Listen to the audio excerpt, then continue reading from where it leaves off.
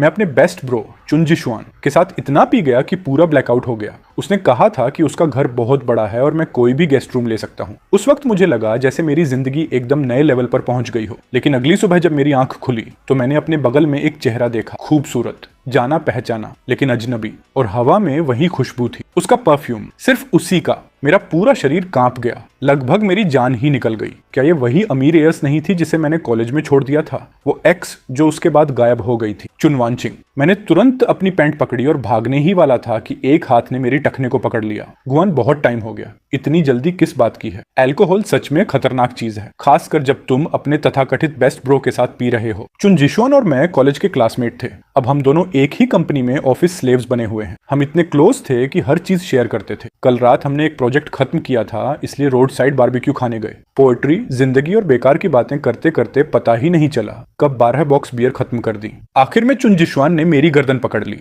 उसकी जुबान पहले ही जवाब दे चुकी थी। ब्रो येन, उस छोटे से घर में मत जा, मेरे घर सो जा। मेरा घर बहुत बड़ा है, 3 फ्लोर विला, पूल, गार्डन, जो चाहे चुन ले। मेरे नशे में डूबे दिमाग में बस एक ही ख्याल आया, वाह, इस बंदे ने तो बहुत गहरा खेल छिपा रखा था। अमीर खानदान का लड़का निकला। फिर आधी बेहोशी की हालत में मुझे एक कार में ठूंस दिया गया। आधा होश आधी बेहोशी। वो मुझे एक चमचमाती लग्जरी विला में घसीट कर ले गया। लेफ्ट साइड का दूसरा कमरा, गेस्ट रूम, खुद चले जाओ, मैं जा रहा हूँ। इतना कहकर वो सीधे सोफे पर मुंह के बल गिर पड़ा और अगले ही सेकंड गरजते हुए खर्राटे लेने लगा। मैं लड़खड़ाता हुआ ऊपर चला गया। हर दरवाजा एक जैसा दिख रहा था। लेफ्ट का दूसरा कमरा, सही, 1 2।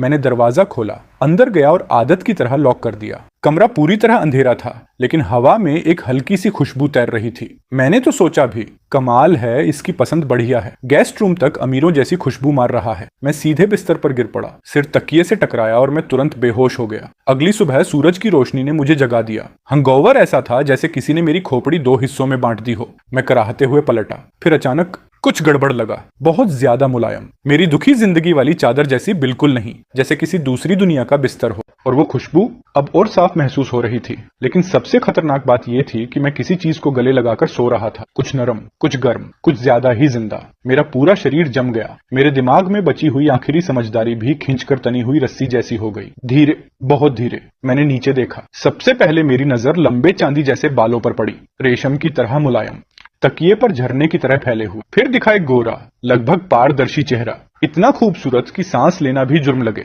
इतना खूबसूरत कि दिल रुक जाए। और उसी चेहरे ने मेरा दिमाग उड़ा दिया। ये यहाँ क्यों थी? क्या ये वही कॉलेज वाली एयर्स नहीं थी? वही लड़की जिसे मैंने उस घटिया डायलॉग के साथ छोड़ दिया था, मैं तुम्हारे लायक नहीं हूँ। ब्रेकअप के बाद वो देश छोड़कर चली गई थी। न कोई खबर, न कोई संपर्क। मुझे लगा था कि मैं उसे